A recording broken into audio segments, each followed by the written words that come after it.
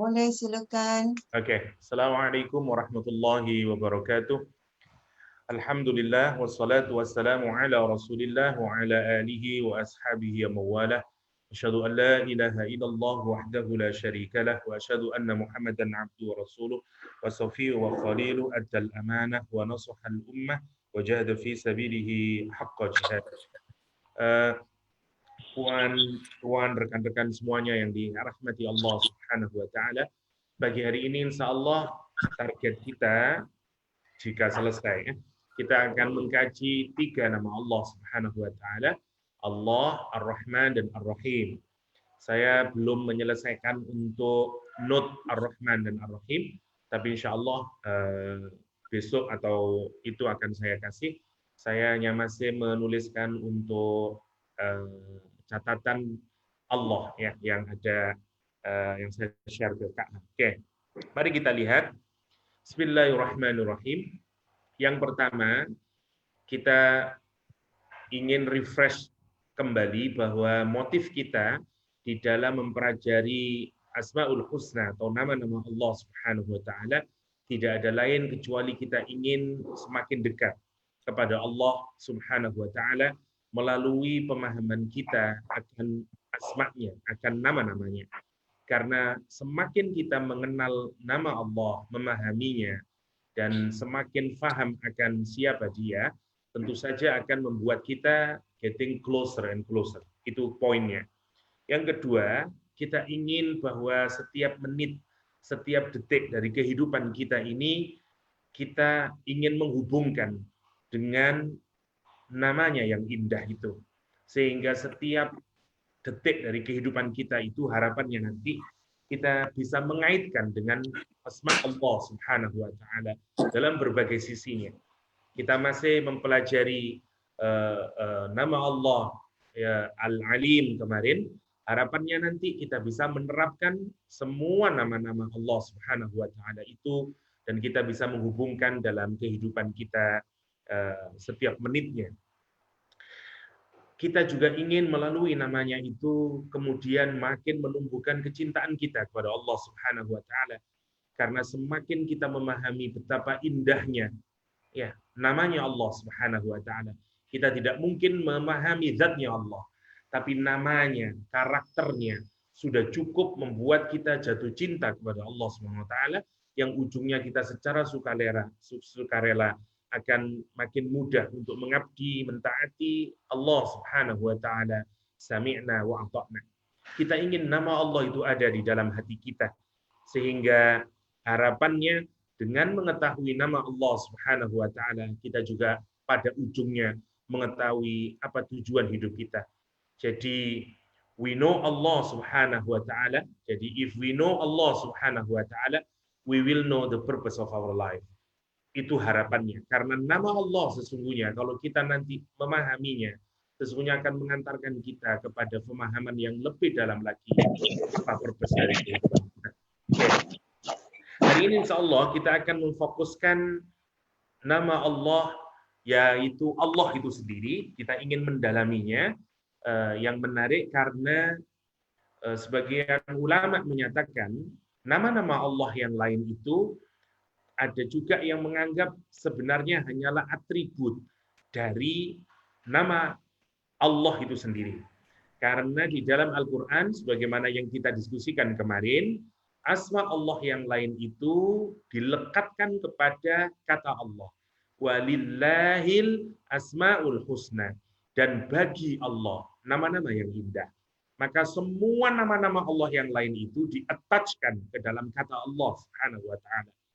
Karena itu sebagian ulama tafsir menyatakan sungguh kata Allah itu sebenarnya ya atau nama Allah itu sebenarnya adalah nama yang paling agung. Karena nama-nama yang lain itu attach kepada Allah Subhanahu wa taala. Ya, kalau difahami dia sebagai atribut.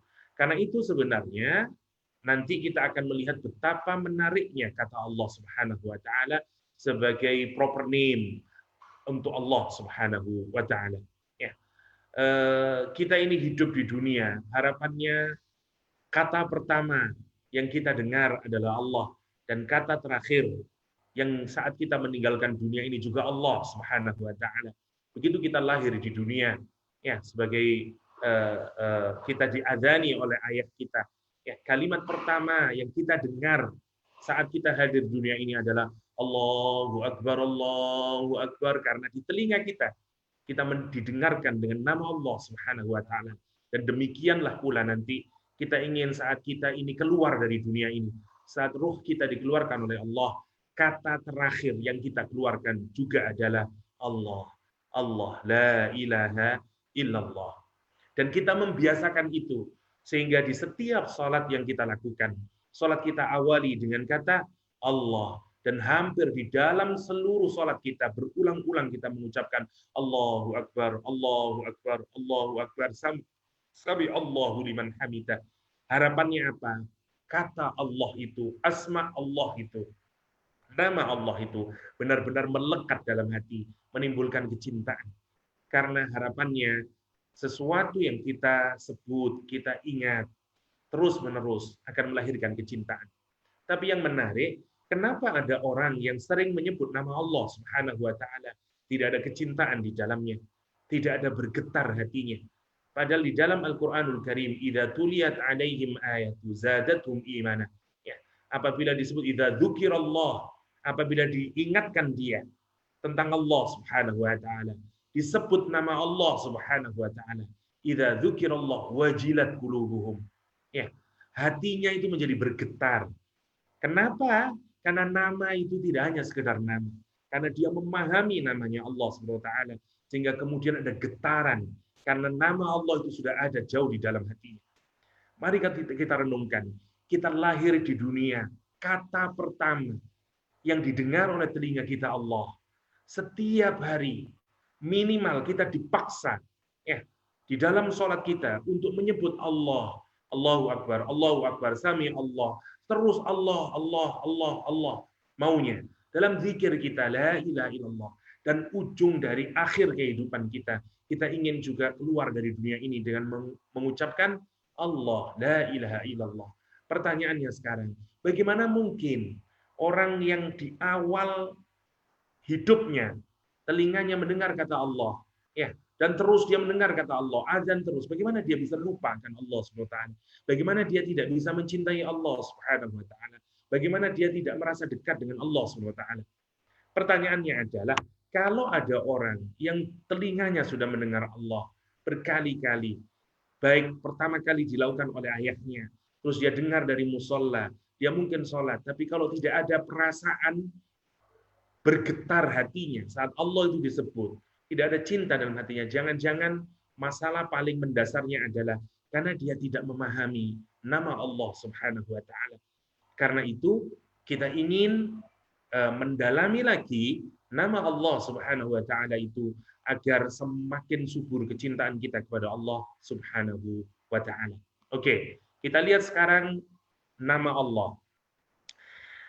Kata Allah di dalam Al-Qur'anul Karim terulang sebanyak 2698 kali. Pengulangan yang sangat banyak ini menunjukkan betapa pentingnya itu. Jadi seakan-akan karena sangat banyak, itu seakan-akan dia sudah menjadi sesuatu yang menunjukkan urgensinya, pentingnya, signifikansinya dalam hidup kita. Dan sepakat para ulama yang meyakini bahwa Allah itu adalah etimolog, dia bisa diderivasi, maka dia diduga berasal dari kata yang terdiri dari 3 huruf, alif, lam, sama ha, alaha atau aliha. Di dalam Al-Quran terdapat di 86 surah dan terulang 2851 kali. Oke, kita lihat dulu secara kebahasaan sebelum kita nanti lihat contohnya.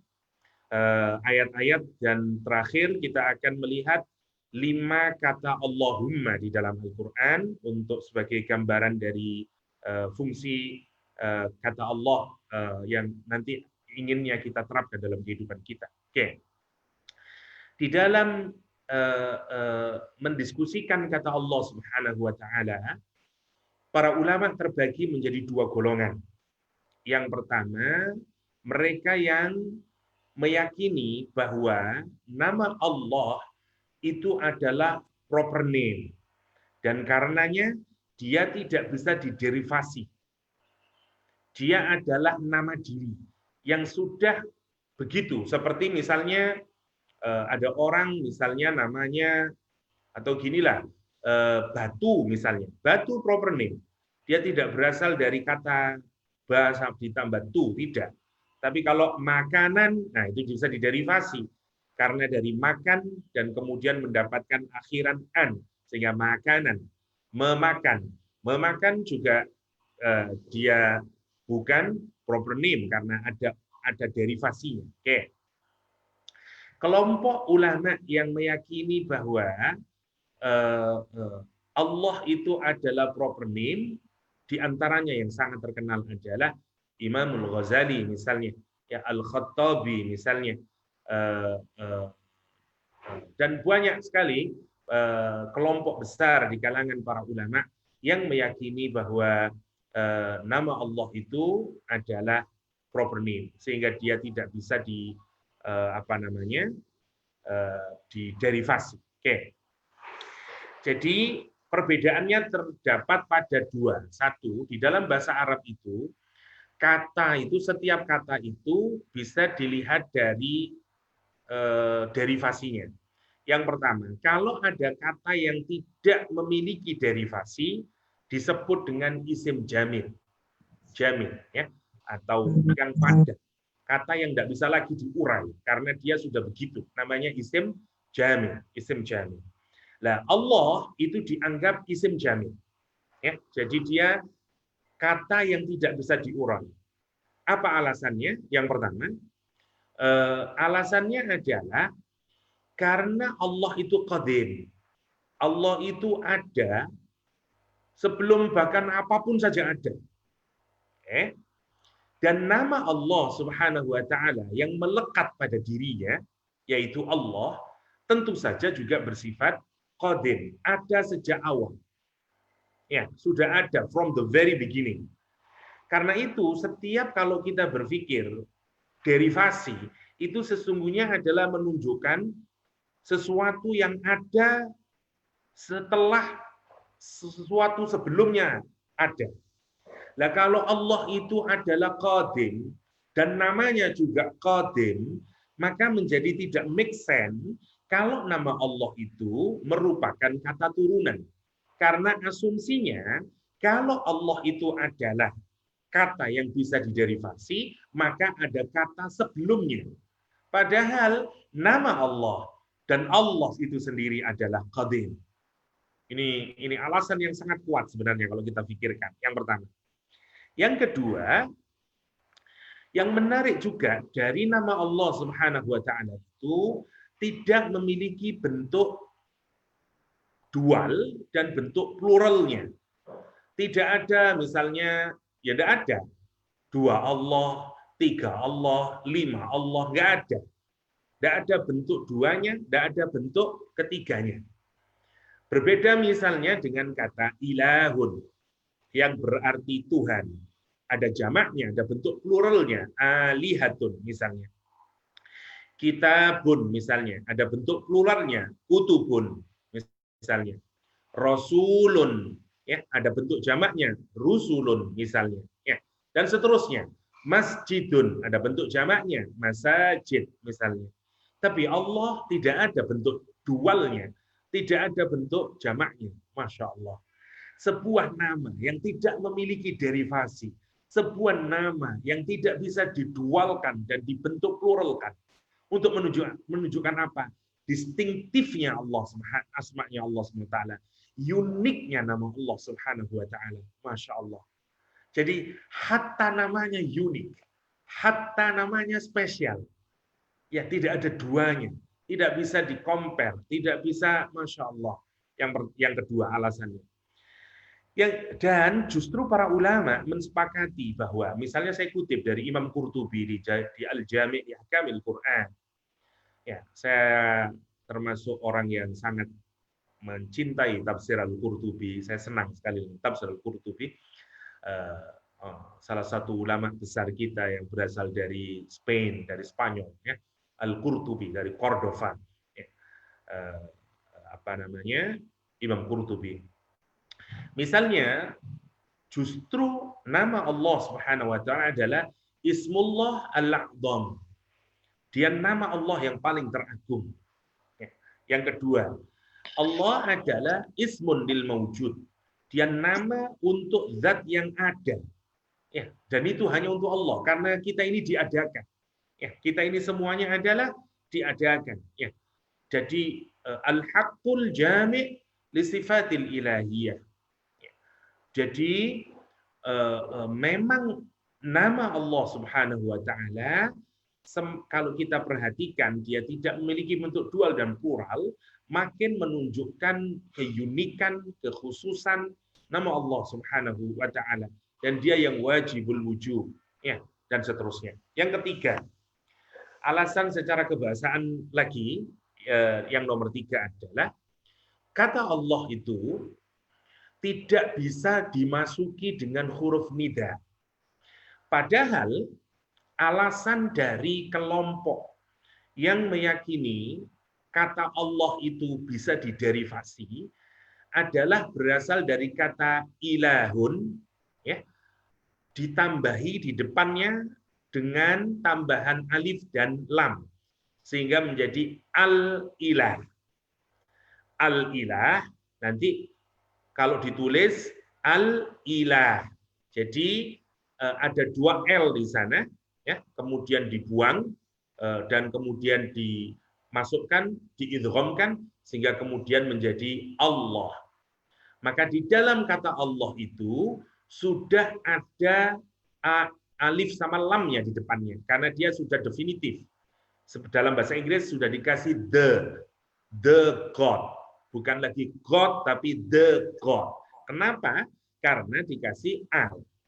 Yang menarik di dalam bahasa Arab, kalau ada kata yang di awalnya dibubui al, seperti Ar-Rahman, seperti Ar-Rahim, maka dia tidak bisa digandengi dengan huruf panggilan seperti ya dalam bahasa Arab.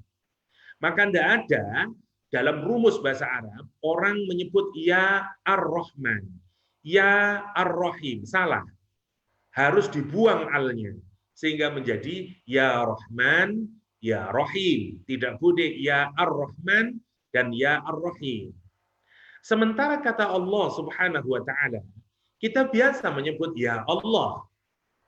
Nah, ini untuk menunjukkan bahwa Allah bukan kata yang tersusun dari al plus ilah, karena sesungguhnya dia kata yang tidak punya susunan. Allah ya Allah. Karena itu boleh dimasuki dengan tambahan huruf nida ya, sebagaimana kata-kata yang lain yang tidak terderivasi. 3 alasan ini yang menunjukkan bahwa nama Allah itu dia adalah unik, tidak bisa diderivasi. Di antara para ulama yang terkenal adalah Imamuna Syafi'i. Imam Syafi'i mengikuti pendapat yang menyatakan bahwa kata Allah tidak diderivasi. Imam Ghazali, Al-Ma'ali, Al-Khattabi, Al-Mufaddal, dan yang lainnya. Jadi, kalau ada di antara kita yang meyakini bahwa Allah itu adalah kata yang tidak terderivasi, dia isim jamid, pendapat ini juga kuat. Minimal kalau kita sarikan di dalam rumusan para ulama, ada 3 alasan yang kuat yang menunjukkan bahwa Allah tidak bisa kata Allah tidak bisa diderivasi. Oke? Sekarang kita lihat kelompok ulama yang kedua yang melihat bahwa kata Allah Subhanahu wa taala itu adalah kata yang bisa diderivasi secara etimologi. Bahwa dia bukan isim jamid, tapi dia disebut dengan semustaq. Mustaq, satu kata yang bisa diderivasi. Karena diyakini dia memiliki root word. Ini sebenarnya juga kuat. Karena di dalam bahasa Arab ada rumus bahwa semua kata itu sesungguhnya terdiri asalnya dari 3 huruf. Atau ada yang menyatakan terdiri dari 3 atau 4 huruf. Kata Allah, kalau kita lihat, maka tentu saja dia pasti berasal dari akar kata yang lain. Karena dia tersusun dari rangkaian yang kalau secara etimologi bisa ditebak bahwa dia pasti memiliki root word. Ustaz, apakah orang yang meyakini bahwa kata Allah itu merupakan kata yang bisa diderivasi, itu dia mencederai keunikan Allah Subhanahu wa taala? Tidak juga. Ya, kita tidak bisa menyalahkan. Dan apakah itu bertentangan dengan prinsip qadim? Sebenarnya mereka sama-sama memiliki argumen. Nama Allah itu menggunakan bahasa. Dan bahasa itu dipakai oleh manusia.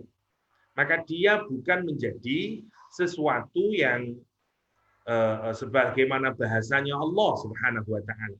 Memang semua bahasa itu diciptakan oleh Allah Subhanahu wa taala, dan karena dia makhluk, maka bahasa juga mengalami derivasi-derivasi.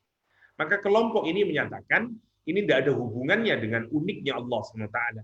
Justru kalau kita memahami asal muasal dari kata Allah SWT, membantu kita memaknai makna di balik kata Allah itu sendiri.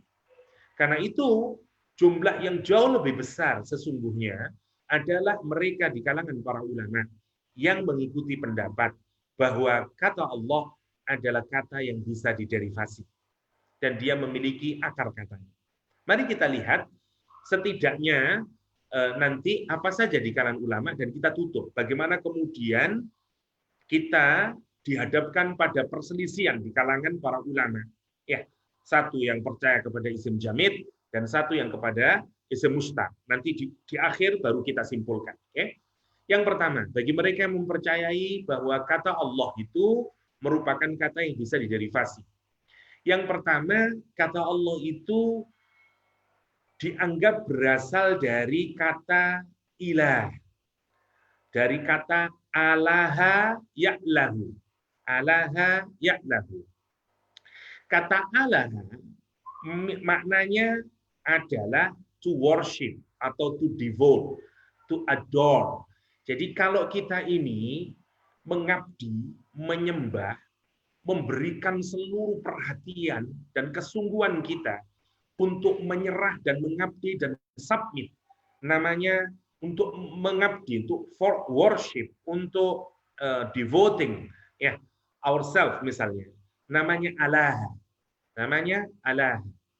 Minimal ada dua, ada yang mengatakan dari Allah, ada yang mengatakan ta'allah. Jadi ngikutin wazan yang diikutin Allah itu diingat ilah itu mengikuti wazan fi'al, maknanya meskipun bentuknya adalah fa'il tapi bimakna maf'ul. Jadi ilah maksudnya adalah jadi makluh atau ma'bud, sesuatu yang disembah. Karena itu para ulama menyatakan ilah maknanya adalah sesuatu yang dijadikan sesembahan, yang orang devoting themselves, yang orang worshiping him or his atau her, terserah ya. Jadi itu kata ilah. Maka kata ilah itu sebenarnya dirujukkan kepada apapun saja yang menjadi objek sesembahan orang, yang menjadikan orang itu kemudian devoting ya.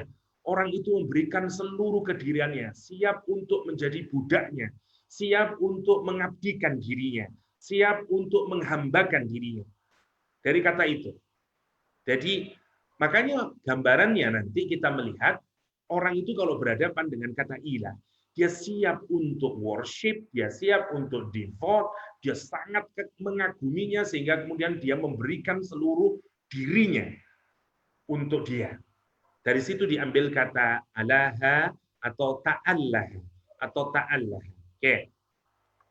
Itu makna yang pertama, sehingga biasanya makna ini yang paling banyak. Ketika orang mengartikan la ilaha illallah, la tidak ada, ilaha biasanya diterjemahkan dengan Tuhan yang berhak disembah.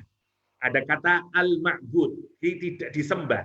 Dari mana makna disembah itu muncul? Karena ilah itu dimaknai dengan isim maf'ul, ya, sesuatu yang disembah, gitu maksudnya. Karena itu la ilaha dimaknai dengan, ya, misalnya kalau orang bersyahadat asyhadu an la ilaha illallah misalnya, I bear witness there is no God worthy of worship. Biasanya ditambahi worthy of worship, yang berhak disembah, untuk nunjukin asal muasal kata Allah. Kata ilah itu tadi, kata ilah. Oke.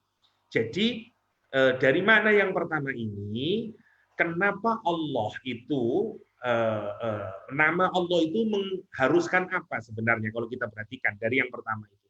Mengharuskan kita itu mengabdi, menghambakan diri, memberikan seluruh kecintaan. Kita devoting ourselves. Itu poinnya dari makna yang pertama. Oke. Saya tidak terlalu detailnya, silakan dirujuk di catatannya. Sekarang yang kedua. Yang kedua, para ulama menyatakan dia tidak berasal dari kata alaha, tapi justru berasal dari kata aliha. Yang pertama di fathah, alaha. Yang kedua di kasrah, aliha. Ya. Aliha ini awalnya berasal dari kata walaha. Walaha itu bingung, to be bewildered. Jadi kalau orang itu bingung, dhihabul aql, loss of intellect, karena dia takjub, karena dia sangat cinta. Sebenarnya bukan hanya takjub, karena gini, orang kalau kita melihat sesuatu yang terlalu indah, terlalu sempurna, kita tidak bisa lagi menahan kecintaan kita, keinginan kita, sehingga kemudian saking senengnya orang itu, saking senengnya, sehingga dia itu begitu amat cintanya. Karena itu menariknya, kalau saya belum ke sana dulu ya, kita lihat dulu. Jadi aliha makna dasarnya adalah bingung atau menjadi bingung. Ya. Aliha menjadi bingung. Karena itu orang yang bingung, ya, bingung nanti faktornya apa kita diskusikan belakangan. Di dalam bahasa Arab disebut dengan wali, ya, wali, rojulun wali, laki-laki yang bingung, ya, rojulun wali, ya.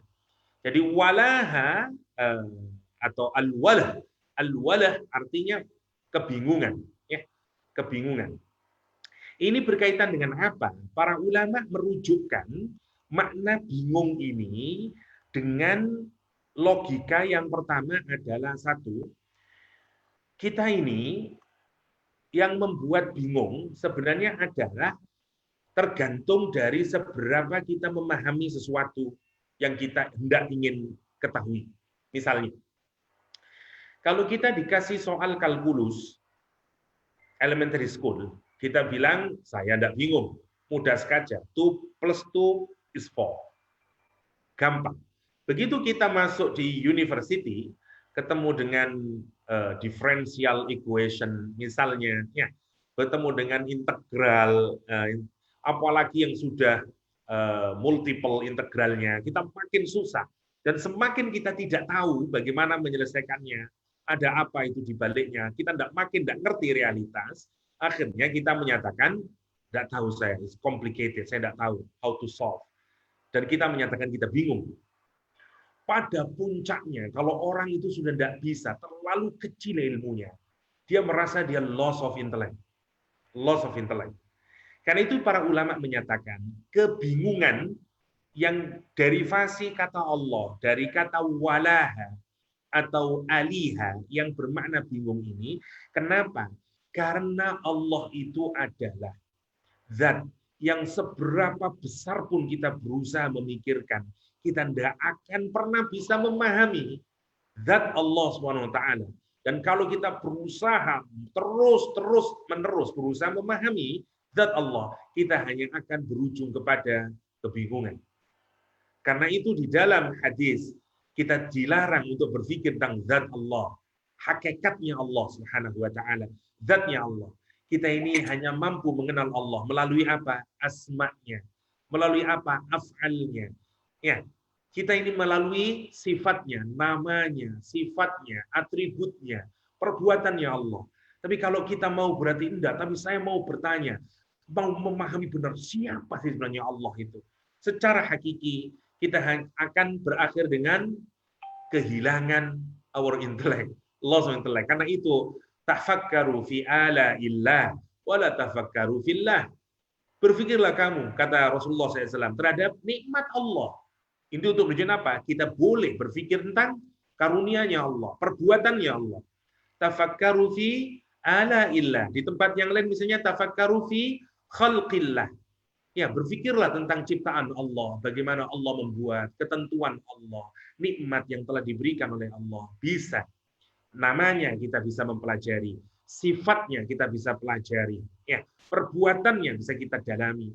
Tapi kalau kita mau benar-benar memahami Allah, Allah mengingatkan, you hanya akan bisa berakhir dengan walih, kebingungan. Itu makna yang pertama, yang dirujukkan oleh para ulama. Kenapa kata Allah berasal dari kata aliha atau walaha yang berarti loss of intellect. Yang kedua, ada yang menghubungkan kebingungan ini karena untuk menggambarkan ketakjuban dan kecintaan, gelora hati seseorang. Jadi kita ini puncak dari kecintaan kita. Kita ini kan begini, seperti masih ingat kisah Laila dan Majnun. Kenapa disebut Majnun? Karena cinta yang amat sangat itu akan membuat orang crazy. Karena itu disebut dengan Majnun. Majnun. Laila gambarannya adalah kekasih. Yang menarik dalam bahasa Arab, Laila itu artinya malam, night. Dan night itu gambarannya adalah darkness. Maksudnya di darkness kita nggak tahu. Majnun nggak tahu Laila karena Laila tersembunyi. Dia tidak bisa pernah menemui Laila.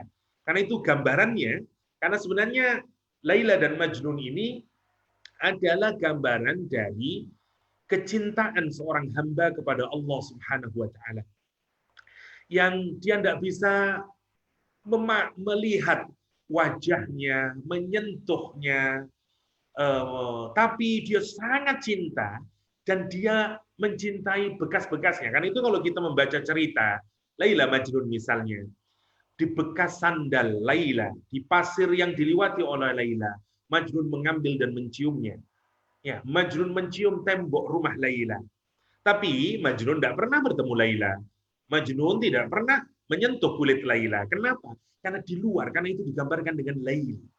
Tapi dia semakin cinta, semakin rindu. Orang-orang menganggap mungkin kamu gila.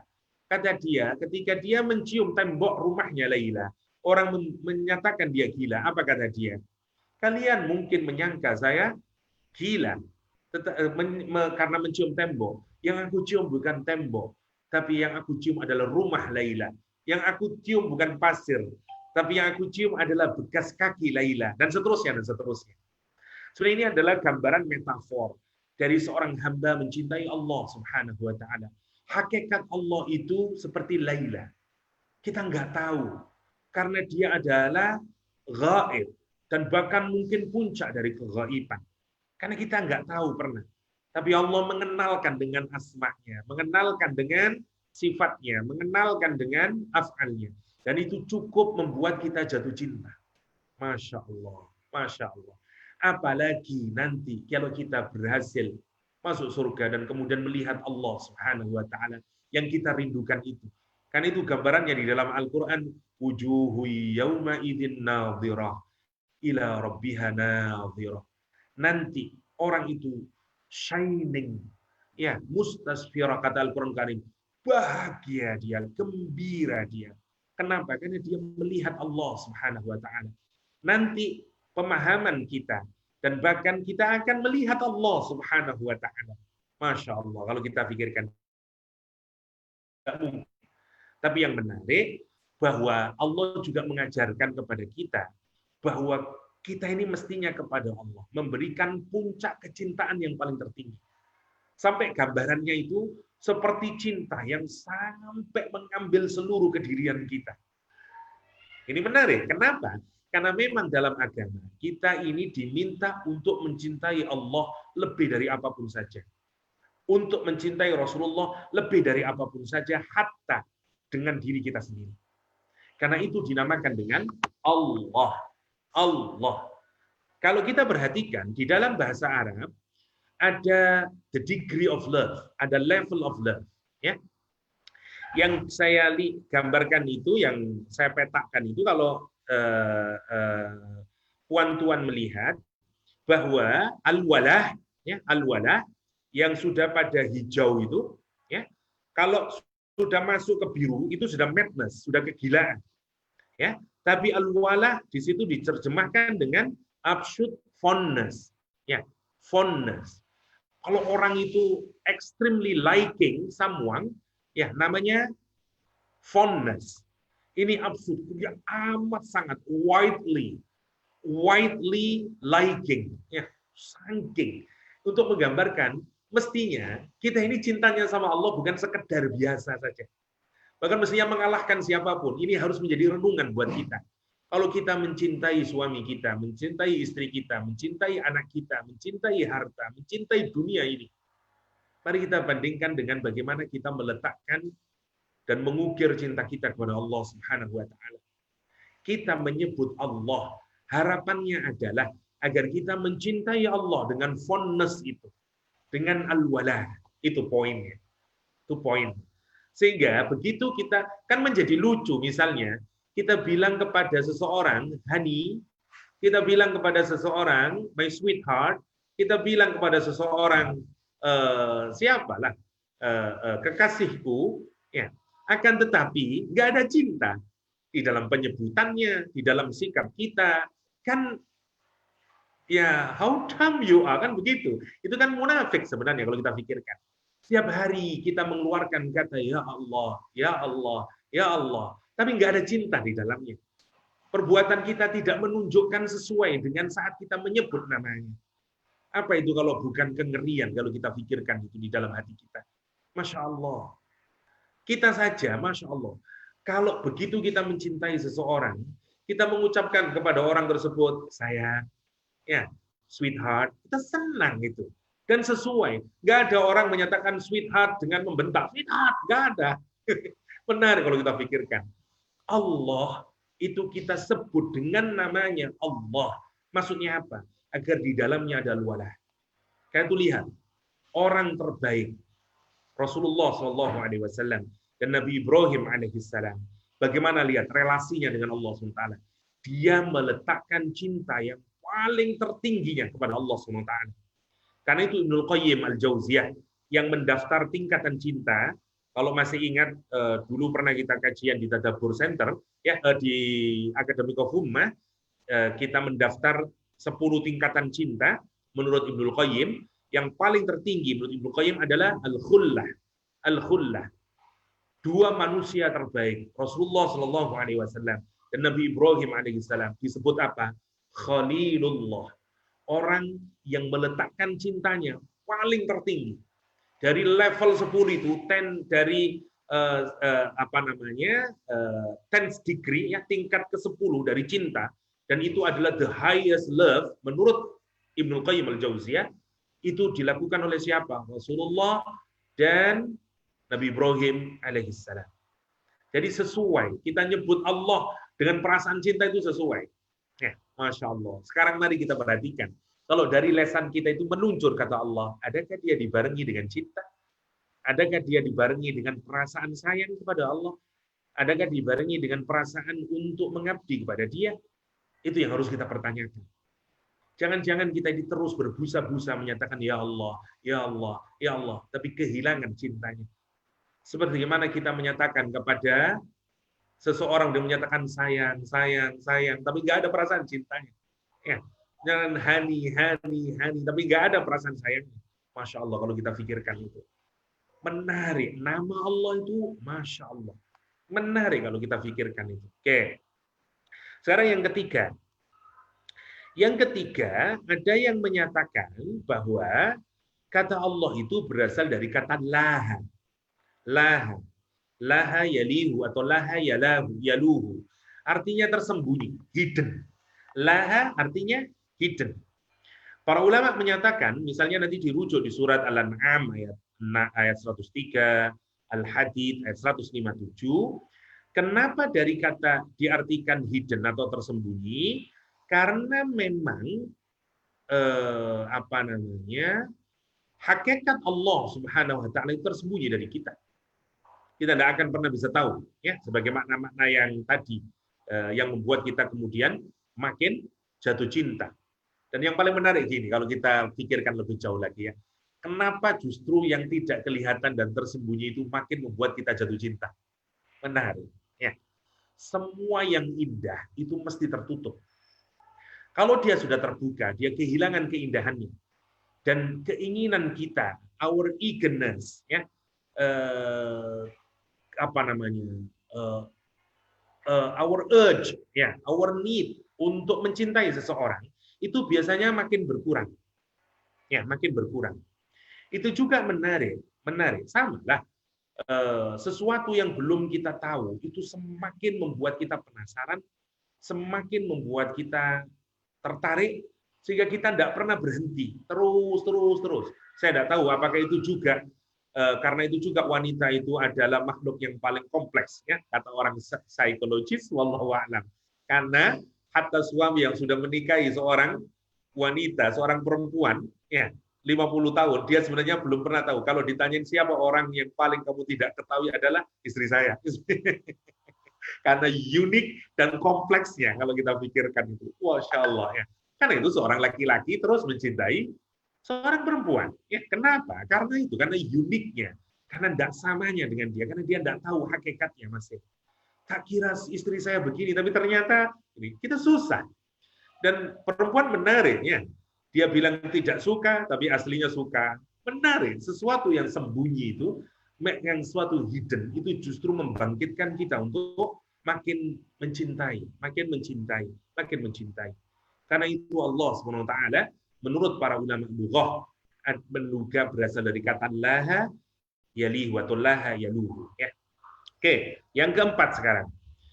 Kata Allah itu dianggap berasal dari makna gini. Dulu ini asalnya begini, orang Arab dulu kalau melihat sesuatu yang tinggi itu menggunakan kata yang nanti kalau kita lihat mirip dengan kata ilah.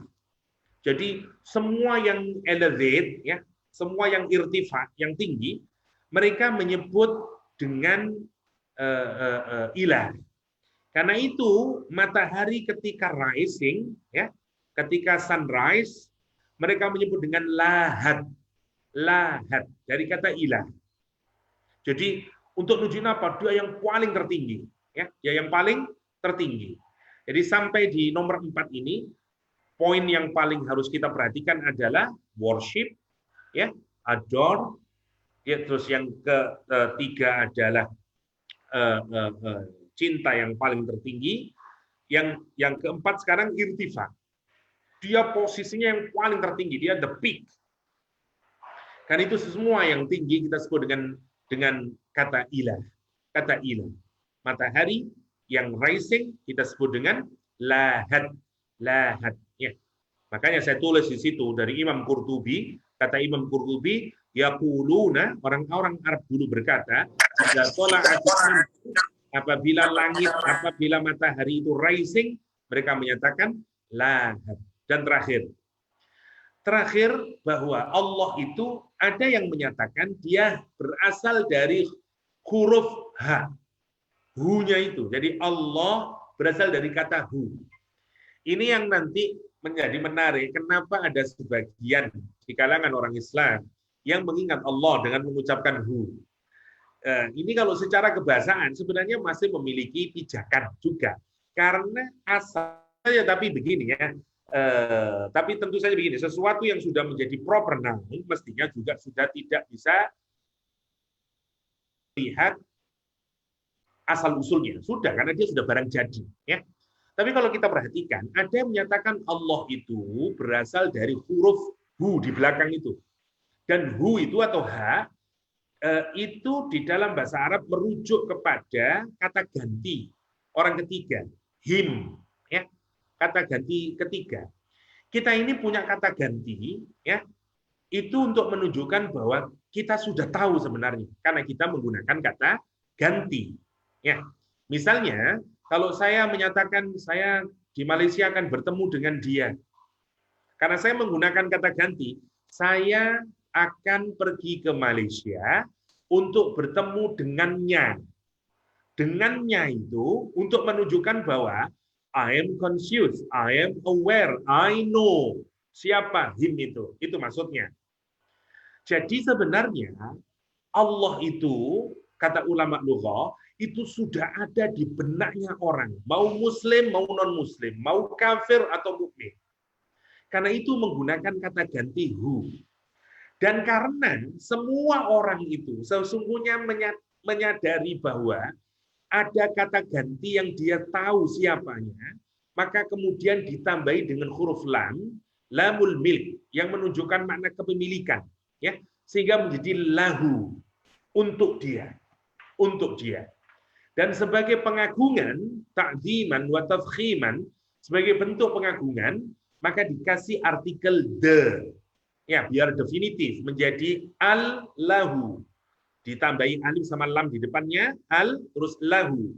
Maka kemudian diidghamkan, dan kemudian menjadi kata Allah. Jadi secara kebahasaan, sesungguhnya kita melihat ada 5 itu. Ya, ada 5 asal derivasi kata Allah. Dari yang terakhir kita melihat sesungguhnya Allah itu mau diingkari atau tidak diingkari. Ya, sudah ada jauh di dalam lubuk hati kita. Karena Allah menciptakan kita dengan God consciousness. Ya, orang modern sekarang menyebut dengan God spot. Ya, orang fisika kuantum menyebut dengan partikel, God particle. Masya Allah. Ya, orang psikologi menyebut dengan God spot. Ya, ada tempat Tuhan di dalam otak kita itu yang blinking, ya, kata dia. Masya Allah kalau kita berikan. Dan itu kalau ada orang yang trans atau ada orang epilepsi dan seterusnya, itu kalau dilihat ada satu otak itu kalau misalnya dikaitkan dengan ketuhanan dia blinking. Yang kemudian orang psikolog menyebut sebagai God spot. Yang menarik dalam dunia fisika, sekarang orang juga menyatakan ada God particle. Masya Allah. Ya. Jadi disadari atau tidak disadari, orang itu mengenal membaca Al-Quran atau tidak baca Al-Quran. Sesungguhnya Allah itu, ya, kesadaran akan Allah itu jauh Allah letakkan di dalam hati kita, yang nanti di dalam Al-Quran disebut dengan nur, yang memang Allah letakkan di dalam setiap hatinya manusia. Karena itu begitu nur yang ada, cahaya yang ada jauh di dalam lubuk hati kita. Karena itu disebut dengan hati nurani. Ya. Hati itu qalbun, nurani dari kata nur, cahaya. Hati yang bercahaya. Kenapa?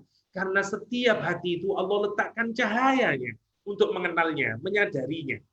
Ya, namanya hati nurani. Hati nurani.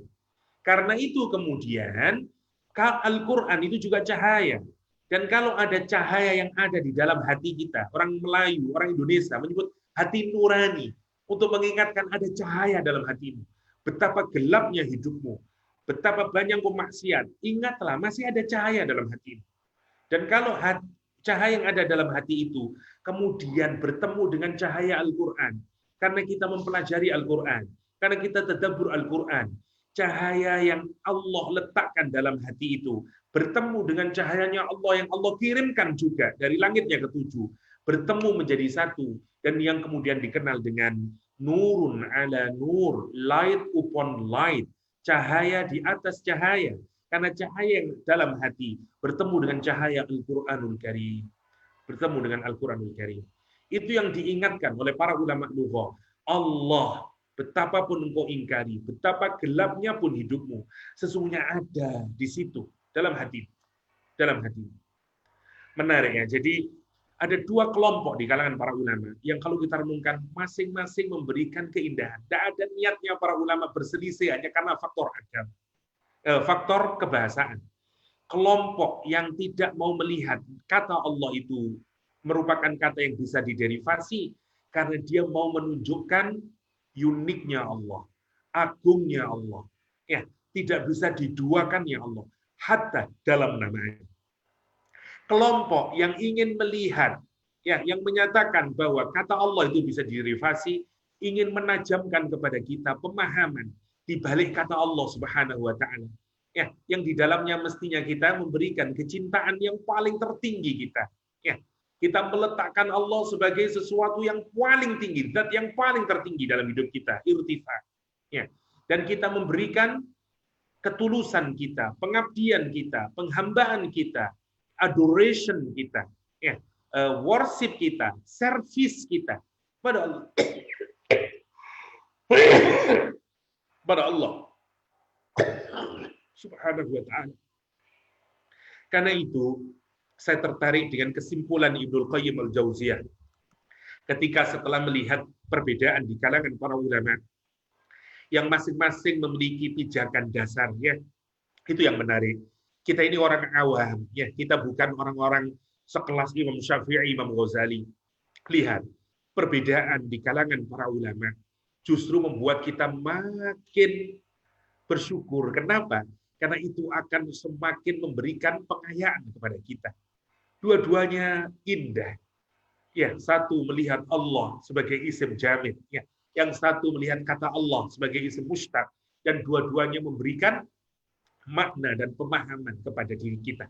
Masya Allah. Kan itu Ibnu Qayyim menyimpulkan, inna ikhtilafal qailina bil istisqa, ya, wa adamihi, kata Ibnu Qayyim, ya, bahwa perbedaan pendapat mengenai asal kata Allah, apakah dia memiliki akar kata ataukah tidak, innama huwa ikhtilafu syakli, kata Ibnu Qayyim. Itu hanyalah ikhtilaf syakl saja. Ya, dia hanya ikhtilaf sekedar urusan gramatikal saja. Ya, Masya Allah. Amma i'tiqaduhum, adapun keyakinan mereka, ya, fi asma'in wa sifatillah, terhadap nama dan sifat Allah SWT, kulliha, seluruhnya, ya, semuanya mereka, kulluha, semua para ulama itu, fahuwa annaha qadimah, mereka menyadari bahwa nama Allah itu adalah qadim.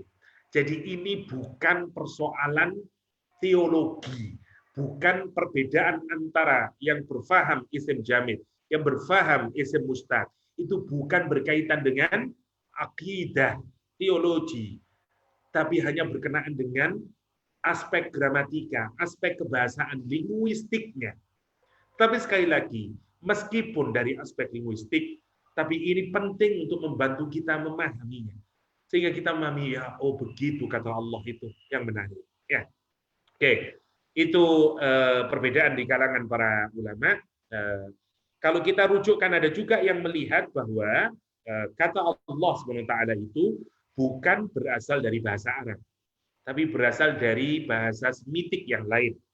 Ini pendapat ini juga didukung dengan keyakinan bahwa sebagaimana bahasan kita di awal, orang-orang yang melakukan ilhad, masih ingat, yulhiduna fi asma'i, juga mengenal nama Allah.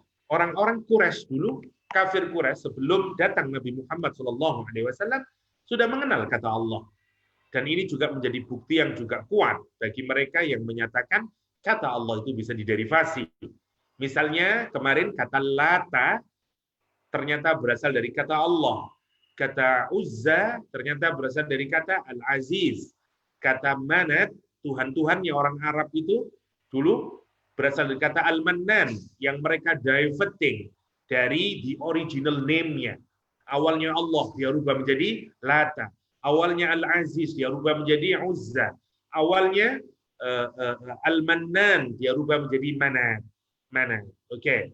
Karena itu, ini juga perlu juga diapresiasi, terutama bagi mereka yang ingin melihat bahwa kitab-kitab terdahulu itu sesungguhnya juga menyimpan kebenaran. Karena sebagaimana Rasulullah SAW mengajari kita untuk tidak menolaknya secara keseluruhan dan tidak menerimanya juga secara keseluruhan. Karena itu lihat, ada yang menyatakan dia berasal dari bahasa Aramaik, ada yang menyatakan dari bahasa Ibrani. Ya, tapi kalau kita lihat Bible, ya, bahwa semua kata yang agak mirip, ya, dengan kata ilah sebenarnya juga sama maknanya dengan dalam bahasa Arab ilah. Elohim, Elion, Eloah, itu semuanya maknanya sama dengan kata ilah. Karena itu ketika Jesus Christ, ya, yang di-crucified, ya, in the cross, dia mengatakan Eli Eli, ya, lamma sabaktani, Elia El lamma sabaktani, yang dia panggil ya ilahi, ya ilahi, ya. atau Elohim, Elohim dalam bentuk pluralnya. Untuk nunjukin apa? Kesamaan itu. Kesamaan itu. Insya Allah. Oke. Jadi itu kata ilah. Oke. Kata ilah ini, kata Allah ini, kemudian di dalam Al-Quran kita jumpai juga dengan redaksi kata Allah. Kata Allahumma itu berasal dari kata ya Allah. Allahumma berasal dari kata ya Allah.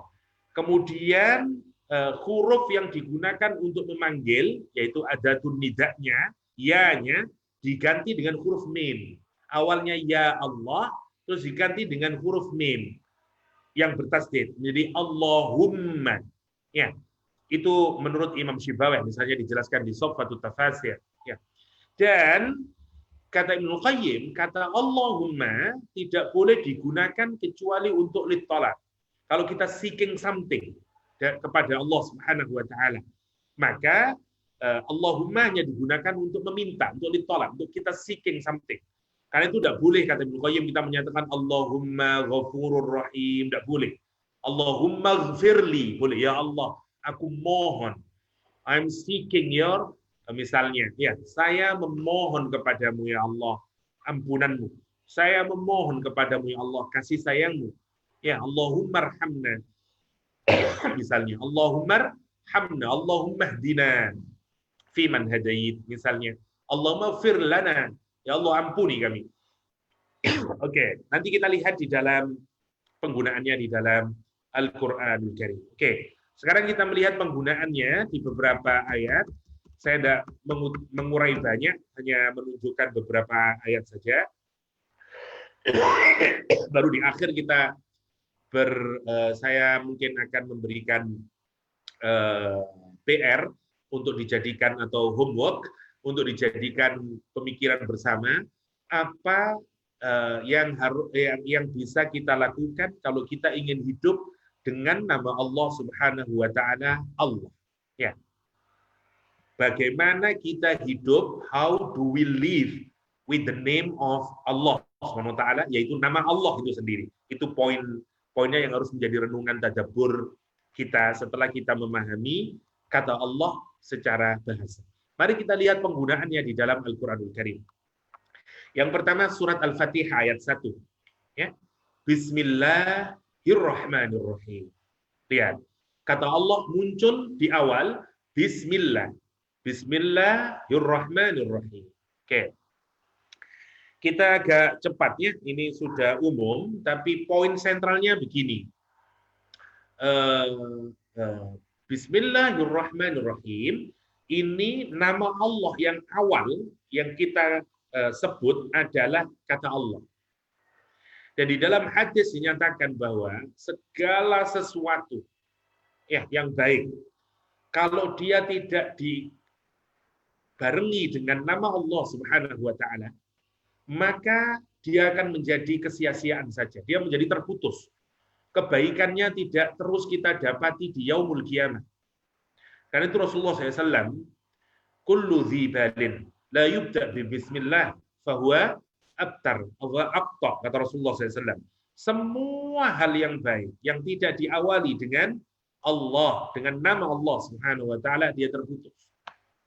Sebagaimana di Al-Qur'anul Karim diawali dengan bismillah, untuk menunjukkan Allah itu harus menjadi kesadaran kita di seluruh apapun yang kita lakukan dan awal. Apa yang harus kita pikirkan?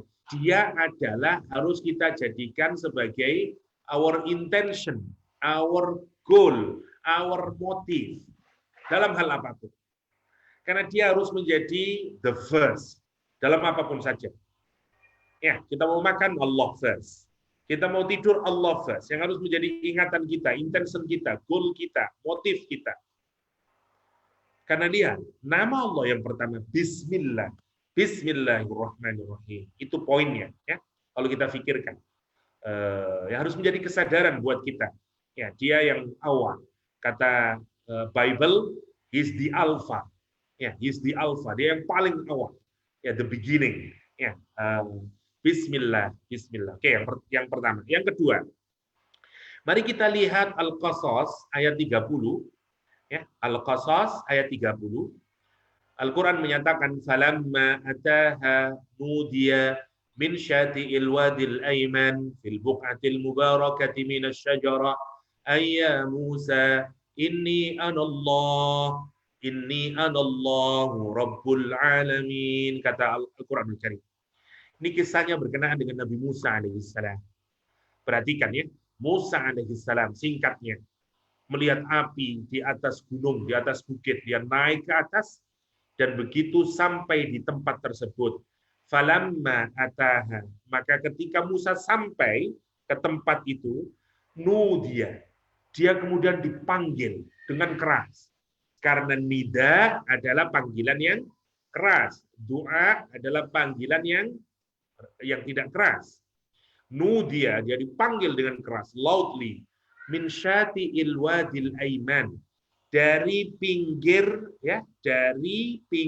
lembah yang sebelah kanan, ya.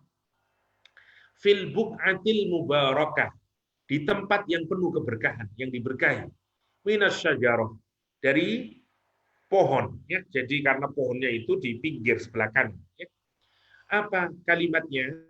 Ayya Musa, hei Musa, inni anallah. Ketahuilah, sesungguhnya aku ini, no doubt at all, inni anallah, aku adalah Allah. Kata Allah dipakai di ayat ini sebagai pengenalannya kepada Nabi Musa alaihissalam. Jadi, kalau kita renungkan untuk konteks tadabbur kita adalah Allah itu mengenalkan dirinya kepada Nabi Musa alaihissalam dengan namanya yang paling teragung, yaitu Allah. Dan yang paling menarik, hubungan seseorang dengan Allah Subhanahu wa taala itu bisa sampai sedekat itu, dan bahkan sampai dia bisa bercakap-cakap dengan Allah Subhanahu wa taala. Untuk menunjukkan apa? Bahwa antara Allah dan kita itu ada hubungan. Bahwa Allah itu memantau kita, memperhatikan kita, bahkan sampai pada tingkat yang paling detail, karena Allah bercakap-cakap. Kita ini kan seringkali membayangkan Allah itu sangat jauh, yang seakan-akan tidak hadir kalau kita punya masalah. Allah menggambarkan hatta, aku bercakap-cakap, untuk nunjukin apa? Betapa close dia dengan kita. Jadi jangan membayangkan Allah itu sebagai zat yang amat jauh dari kita. Ya. Digambarkan untuk pengenalannya, Allah mengenalkan dirinya itu bercakap-cakap. Itu nunjukin betapa dekatnya. Ya. Dan sebagaimana saya tidak terlalu mendetail menjelaskannya ya, untuk ayat ini karena terlalu dalam, untuk menunjukkan apa?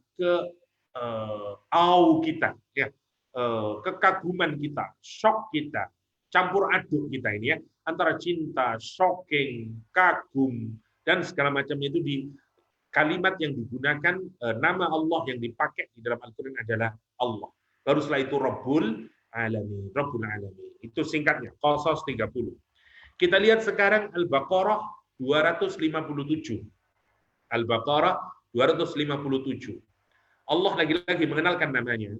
Allahu waliyyul ladzina amanu yukhrijuhum minadh dhulumati ilan nur. Walladzina kafaru awliya'uhumut taghut. Allah, lihat, namanya dia disebut Allah waliyul ladzina amanu. Allah adalah walinya. Sekarang Allah memperkenalkan. Allah walinya orang yang beriman. Wali adalah teman, maknanya banyak. Yang pertama maknanya sepakat para ulama wali tafsir adalah an-nasir, penolong, helper. Ya, orang yang akan menolong, ya, disebut dengan wali. Ya, atau guardian, protecting friend, teman yang akan memproteksi kita, nolong kita. Jadi karena dia sangat dekat kepada kita, maka kalau kita punya teman yang sangat dekat, yang saking dekatnya dia siap untuk protecting, dia siap untuk guarding, dia siap untuk helping us, namanya wali. Allah mengenalkan Allah itu sebagai wali. Dia itu dekat dengan kita, bahkan sampai bercakap-cakap. Allah itu protecting kita, Allah itu helping kita, Allah itu yang paling menarik bahkan, Gambaran wali itu digambarkan oleh Al-Quranul Karim di ayat ini dengan apa? Yukhrijuhum minadz-dzulumat ilan nur. Dia akan mengeluarkan kita dari mana? Dari zulumat. Perlihat kalimatnya.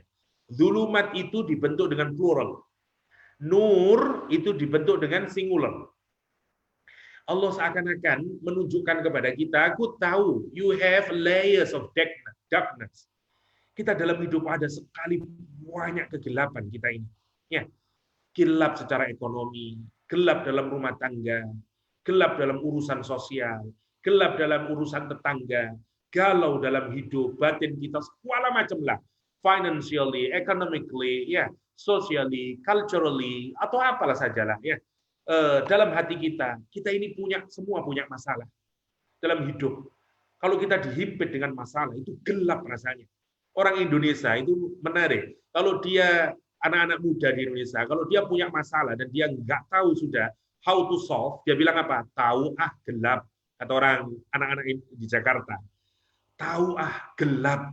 Karena dia seakan-akan I don't know at all, I don't know how to solve it. Dan dia bilang I don't know, tahu saya nggak tahu sudah gelap, kata dia. Orang boleh menyatakan whatever. Tuh gambarin gelapnya.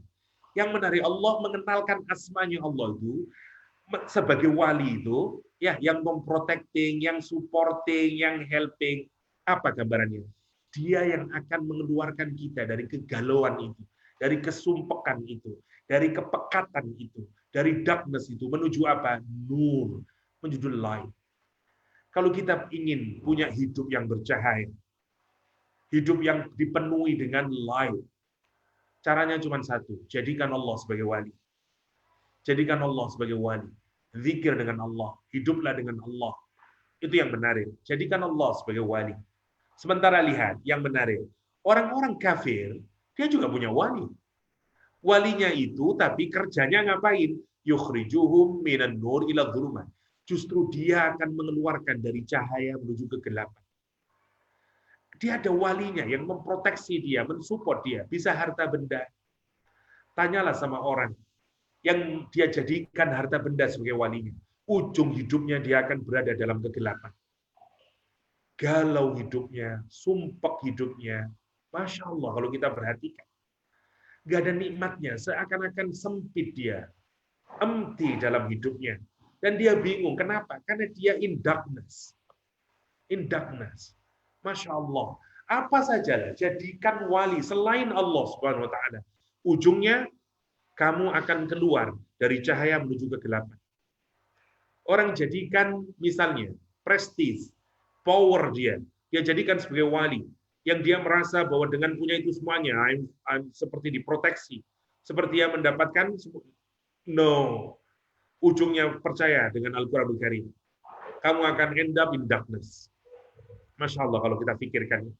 Allah mengingatkan kita untuk apa, dan puncaknya nanti. Kalau orang lupa sama Allah SWT, dan dia menjadikan wali selain Allah SWT, Al-Quran menggunakan togut istilahnya. Ulaika ashabun nar. Mereka itu adalah the possessor of hellfire. Mereka adalah the possessor of hellfire. Hum fiha khalidun. Dan mereka akan tinggal selama-lamanya dalam nerakanya Allah Subhanahu wa taala. Na'udzubillah, summa na'udzubillah. Sadari itu. Kalau kita perhatikan ya, dari beberapa ayat yang saya pilih, Bismillahirrahmanirrahim, untuk menunjukkan Allah should be the first dalam apapun. Dalam cara berpikir kita, dalam cara kita bertindak, dalam kita berbuat apapun. Yang pertama. Yang kedua, untuk menunjukkan Allah itu dekat dengan kita. Sampai digambarkan Nabi Musa bertemu dengannya, bercakap-cakap dengannya. Saat apa kalau kita perhatikan? Saat Musa in darkness. Saat Musa dalam in fear, ketakutan Nabi Musa alaihissalam. Saat Musa tidak tahu how to face the problem. Dan Allah menunjukkan dia wali. Karena itu bahkan bercakap-cakap. Dan mengeluarkan Musa dari darkness kepada nur. Sehingga dia tahu setelah diajari nanti turun dari gunung dan berhadapan dengan Firaun. Berhadapan dengan tantangan hidup. Sama dengan kita. Kita ini bingung menghadapi tantangan hidup. How? Menghadapi suami, menghadapi anak, menghadapi COVID-19, menghadapi berbagai masalah. Layers of darkness. Satu yang kita butuhkan adalah Allah. Seperti Musa, naikilah bukit. Temuilah Allah. Dan conversationlah dengan Allah, bercakaplah dengan Allah, sholatlah, nangislah kepada Allah, sebut asma'nya, Allah, Allah, ya Allah, Allahumma, mintalah sama Allah, Allahumma ya Allah. Itu yang benar ya. Itu yang diajarkan Al-Quran, pengenalan kata Allah di dalam Al-Quranul Karim. Dan insya Allah, kalau itu yang kita lakukan, kita akan keluar dari az-zulumat ilan nur. Kita akan keluar dari az-zulumat ilan nur. Terakhir, kita lihat surah An-Nisa ayat 87. An-Nisa ayat 87. Ya. Nanti saya kasih homework biar Kak Ha yang mendesain.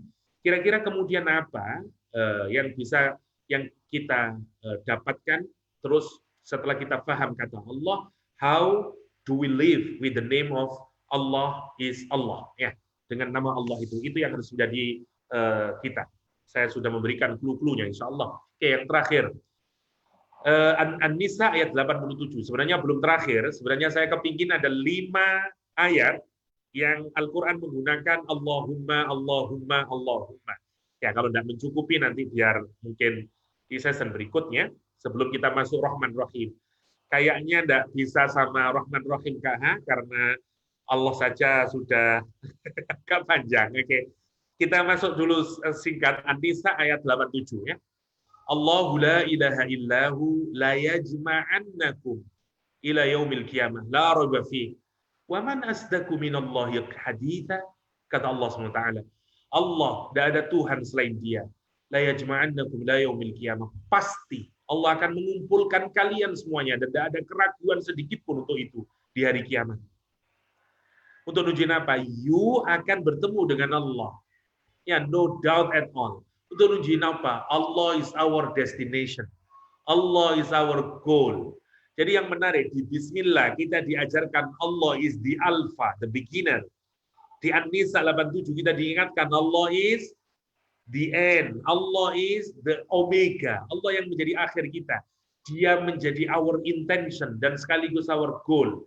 Dia menjadi our motive, tapi sekaligus menjadi our destination. Inna lillah wa inna ilaihi raji'un. Itu poinnya. Dan karena itu lihat, setelah Allah menyatakan apa? Wa man asdaqu minallah hadisa. Memang siapa? Ya, kata Allah Subhanahu wa taala, yang lebih benar perkataannya daripada Allah Subhanahu wa taala. Untuk nunjukin sekali lagi, ada janjinya Allah, ada perkataannya Allah, ada kalamnya Allah. Dan Allah menggunakan kata Allah ya, kalamullah, bukan kalamur rahman. Ya. Wa man asdaqu hadits. Allah juga menggunakan kata semua informasi yang ada dalam Al-Qur'anul Karim. Ya. Allah menggunakan kata Allah. Wa man asdaq minallah haditha. Siapa yang lebih benar?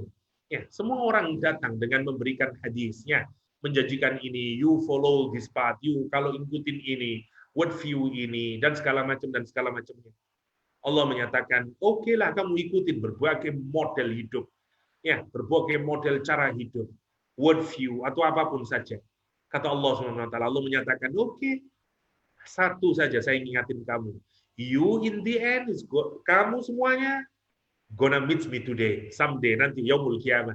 Dan kata Allah, nanti di situ kita akan melihat ucapan siapa yang benar, prediksi siapa yang benar, ya, word view siapa yang benar. Ya, Masya Allah. Allah di ujung akhir ayat ini memukul kesadaran kita. Waman asdaqu minallahi haditha. Waman asdaqu minallahi haditha. Hadis itu sesuatu informasi yang baru. Karena kita belum tahu ujungnya. Ya, Al-Quran menjanjikan, you follow this path, kamu akan senang. Orang lain menawarkan, kamu begini cara hidupnya, ini yang buat kamu bahagia. Oke, kata Allah, silakan ikutin.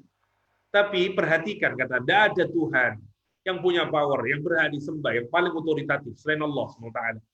Kamu semuanya akan nanti bertemu denganku, dikumpulkan di yaumul qiyamah.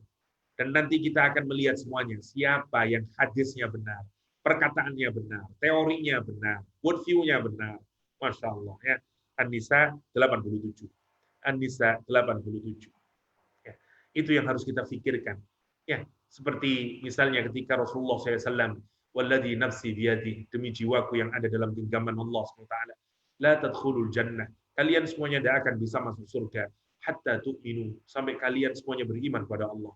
Wala tu'minu, dan kalian semuanya tidak akan bisa beriman dengan sempurna hatta tahabbu, sampai kalian saling mencintai satu sama lain karena Allah.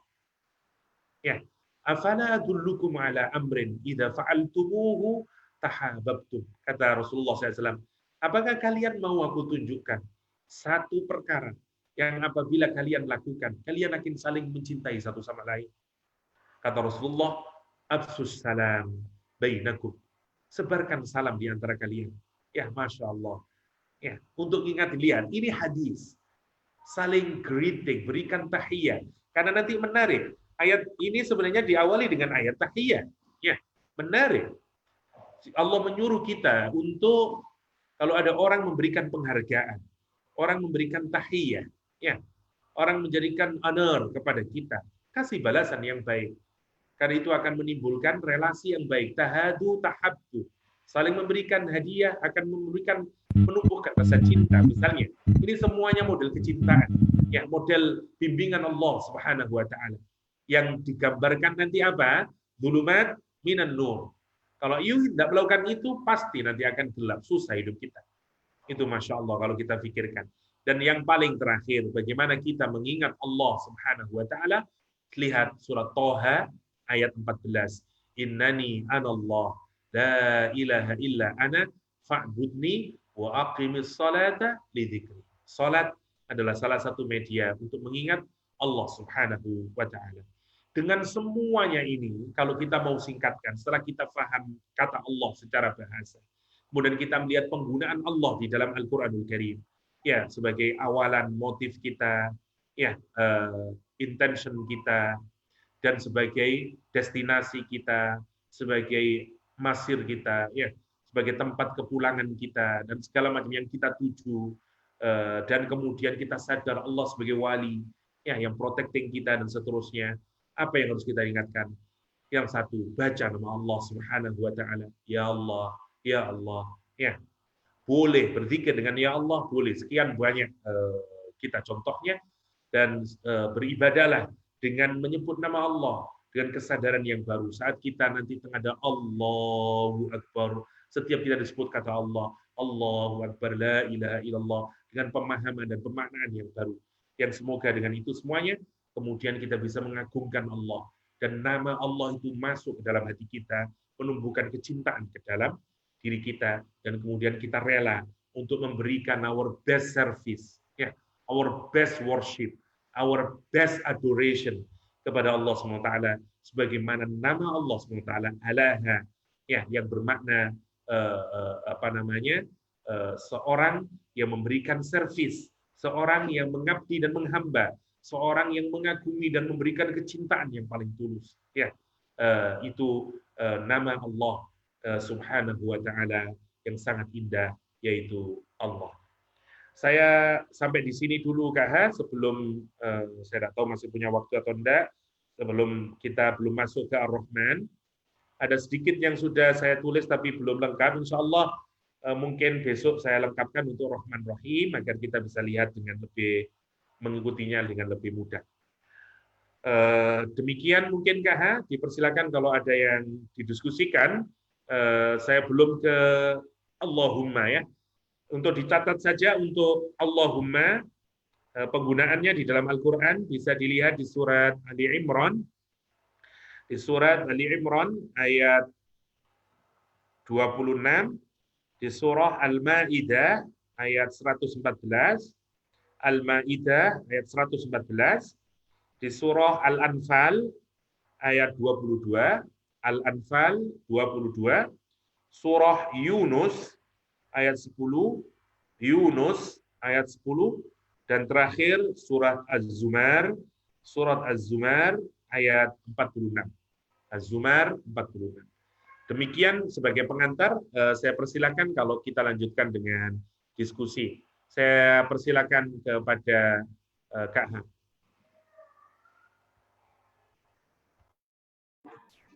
Paham yuk. Terima kasih Atika. Alhamdulillah, jazakallahu khairan katsira doktor atas perkongsiannya, dan Kak Ha sendiri bercampur baur antara rasa syukur dan malu kot doktor. Kerana dalam usia Kak Ha ni baru hari ni the first day Kak Ha dapat satu perkongsian tentang makna ataupun pengertian nama Allah sebegitu rupalah.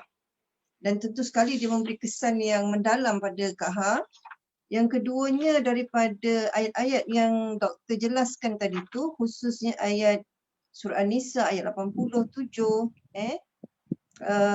dan juga ayat surah Al-Baqarah 257 memberi Kak Ha satu perspektif yang lebih baik, lebih luas tentang zulumat tu. So, Alhamdulillah, jadi tentu sekali ada sahabat-sahabat lain yang ingin bertanya. Dengan masa yang ada ni, satu soalan je kot. Siapakah sahabat yang bertuah ni? Assalamualaikum. Kak Ha boleh ke? Assalamualaikum wabarakatuh. Okey, Prof Norita silakan. Okay, saya nak refer yang surah Al-Baqarah tadi, yang ayat mengenai yukhrijuhum minan nur minal zulumat tu. Dalam ayat ni, kenapa ayat tu Allah mulakan dengan mereka keluar daripada an-nur.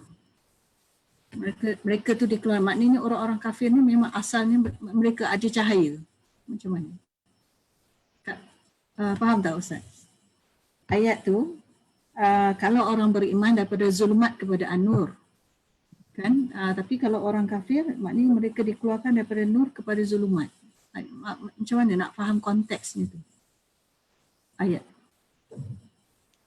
Doktor boleh faham maksud dia kenapa tentang orang-orang yang tidak beriman tadi tu, Allah gunakan perkataan nur tu dulu.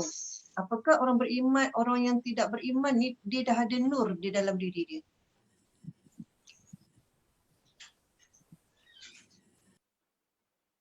Oke, bismillahirrahmanirrahim. Terima kasih pertanyaan yang sangat penting untuk kita diskusikan. Sekali lagi bahwa seluruh manusia, siapapun dia, di dalam agama kita ini, gini ya, di dalam dunia barat, di psikologi dan di filosofi, debat yang tidak pernah selesai adalah pertanyaan paling mendasar, apakah kita ini makhluk yang awalnya baik atau awalnya buruk atau nggak ada sama sekali. Kalau kita petakan ilmuwan sosial itu di dalam ilmu sosial hari ini terpetakan menjadi yang pertama, ini misalnya kelompok sosiologis dan biasanya kelompoknya itu saya lupa, sosiobiologis kayaknya, atau bukan, sosiologis sama saya lupa satunya namanya, itu mempercayai yang dikenal dengan pendekatan eksternal atau sosial. Asumsi dia menyatakan bahwa manusia itu pada dasarnya dia seperti kertas putih saja, dia tidak punya apa-apa, bukan baik, tapi dia ini tidak punya apa-apa. Jadi dia ini dibentuk karena environment. Karena itu ada proses sosialisasi, ada enculturation, itu sosiologis percaya, ya, atau seperti Pavlov percaya dengan itu, ya, dengan eksperimen anjingnya dan pertama, ya, kelompok yang pertama. Yang kedua, kelompok orang yang meyakini bahwa internal kita ini memang sudah baik. Misalnya diawali dengan tabula rasanya, Rousseau, dan seterusnya. Karena prinsipnya kita ini seperti white paper. Kita ini sudah white. Nanti kerusakan dari mana? Dari environment. Environment justru yang merusak kita. Pengaruh orang lain, friend, dan seterusnya. Karena pada dasarnya kita baik. Yang ketiga, tidak saja pada dasarnya, tapi secara genetik nanti orang sosiobiologis bicara tentang ini dan seterusnya.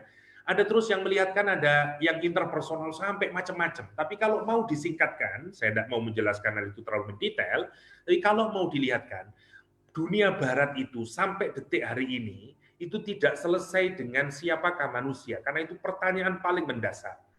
Satu kelompok yang meyakini pada asalnya manusia jelek, yang kedua meyakini pada asalnya manusia itu netral, yang ketiga meyakini pada asalnya manusia itu buruk. Dalam agama Islam, kita meyakini siapapun saja, kullu mauludin yuladu 'alal fitrah.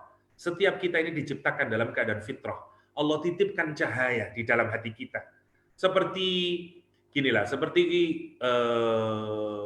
mobile phone atau seperti cellular phone ya.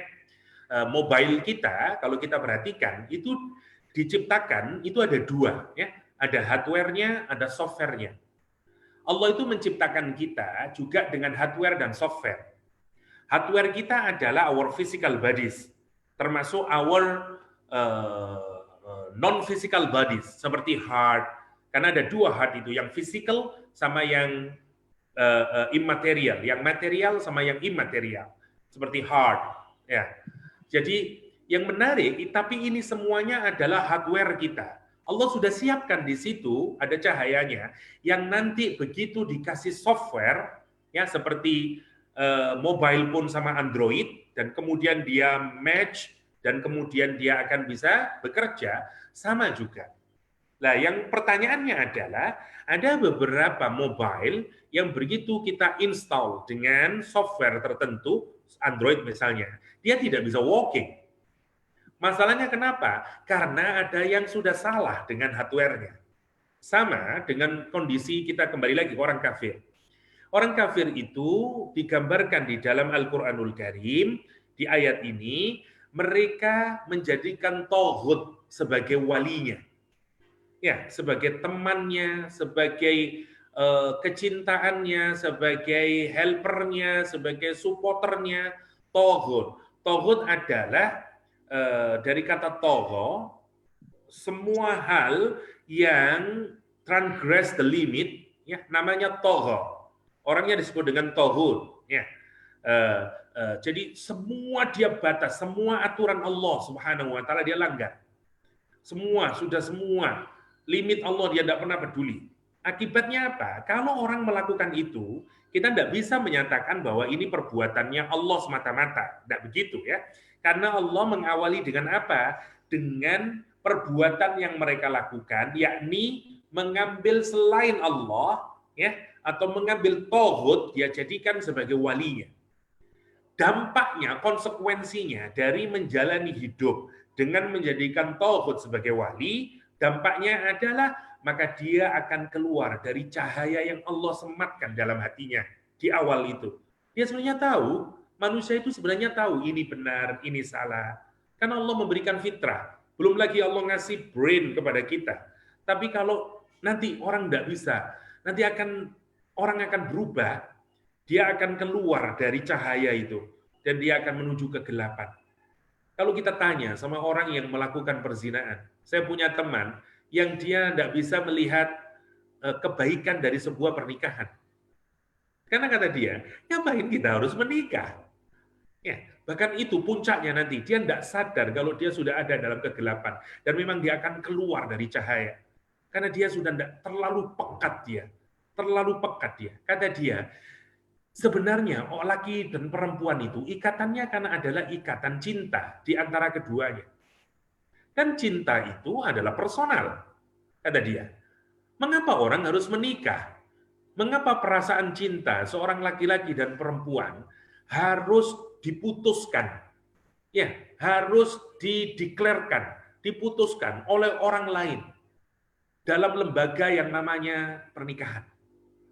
Kata dia, itu tidak masuk di akal saya. What's the purpose, kata dia. Kalau saya mencintai seseorang, ya sudahlah, cukup antara saya dan dia. Karena komitmen itu between us.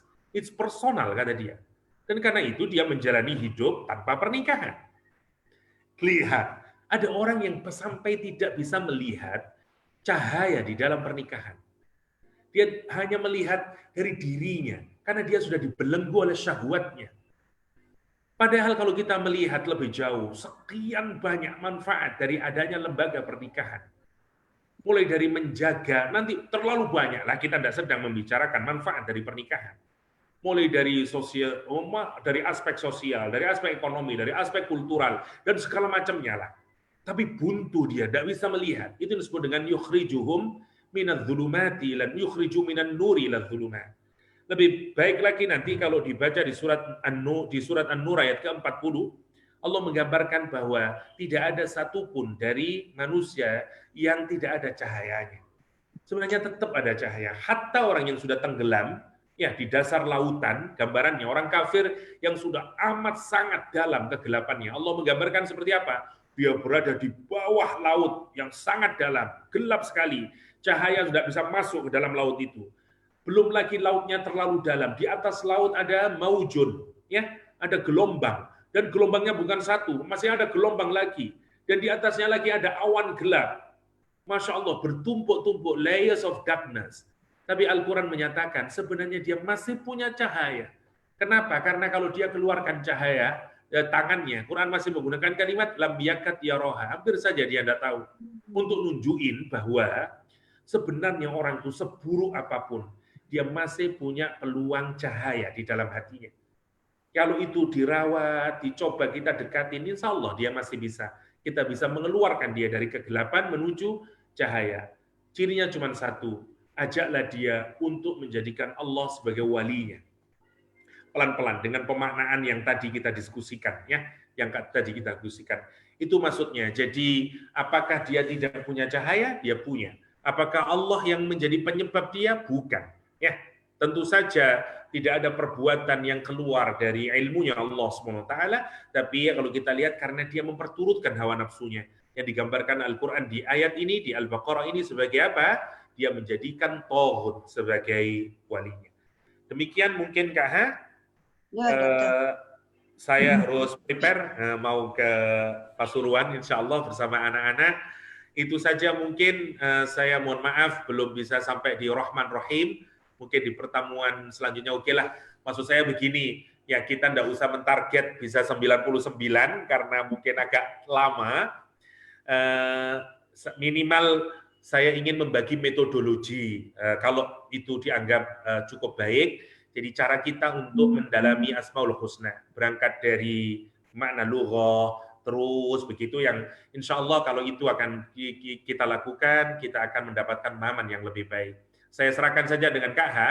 If we want to continue the whole name of Allah SWT, mungkin akan butuh agak banyak pertemuan, dan kalau itu membosankan, mungkin bisa kita kembali lagi ke juz 29 dan up to Kak Ha. Ya.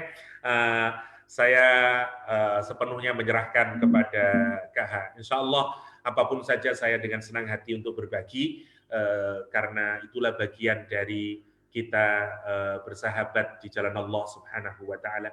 Demikian Kak Ha, mohon maaf, hadanallahu wa iyyakum ajma'in. Wa sallallahu ala nabiyyina Muhammadin wa alihi wa sahbihi wasallam wa akhiru da'wana alhamdulillahi rabbil alamin. Wassalamualaikum warahmatullahi wabarakatuh.